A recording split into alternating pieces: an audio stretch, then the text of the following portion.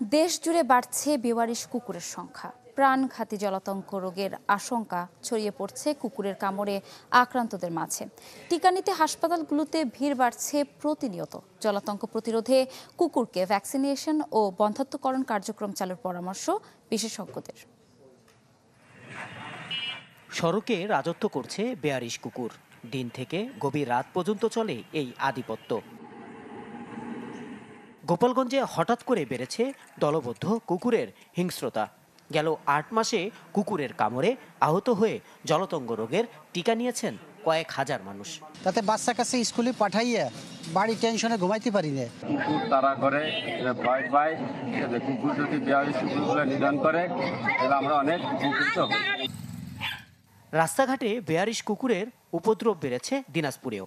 কুকুরের কামড়ে আক্রান্ত হয়ে প্রতিদিন ২০০ রোগী হাসপাতালে ভিড় করছেন জলাতঙ্কের টিকা নিতে। আগের থেকে এখন কুকুরের উত্তরটা খুব বেশি। কুকুর কামড় দিছিল, তো আমি এসেছিলাম ভ্যাকসিন দিতে। বর্তমানে কুকুর রাস্তাঘাটে এত বেশি উপদ্রব বাড়ে গেছে, যেটা অনেক বড় একটা প্রবলেম তৈরি হয়েছে। জলাতঙ্কের টিকা সরবরাহ করতে হিমশিম খাচ্ছে হাসপাতাল কর্তৃপক্ষ। আসলে উপজেলাগুলোতে মাঝে মাঝে সাপ্লাই থাকে, কিন্তু সব সময় সাপ্লাই থাকে না।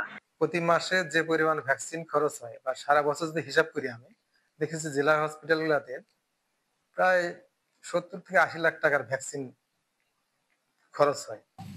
দীর্ঘদিন ধরে বন্ধ রয়েছে বেয়ারিশ কুকুরকে ভ্যাকসিনেশন ও বন্ধ্যাত্বকরণ কার্যক্রম। দ্রুত এটি চালুর উদ্যোগের কথা জানিয়েছেন স্থানীয় প্রশাসন।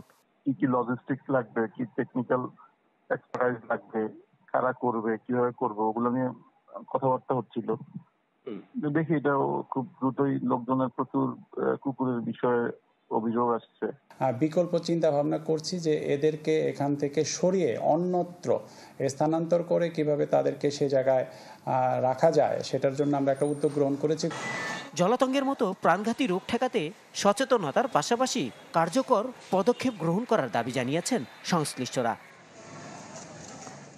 ফয়জুর রহমান, চ্যানেল 24।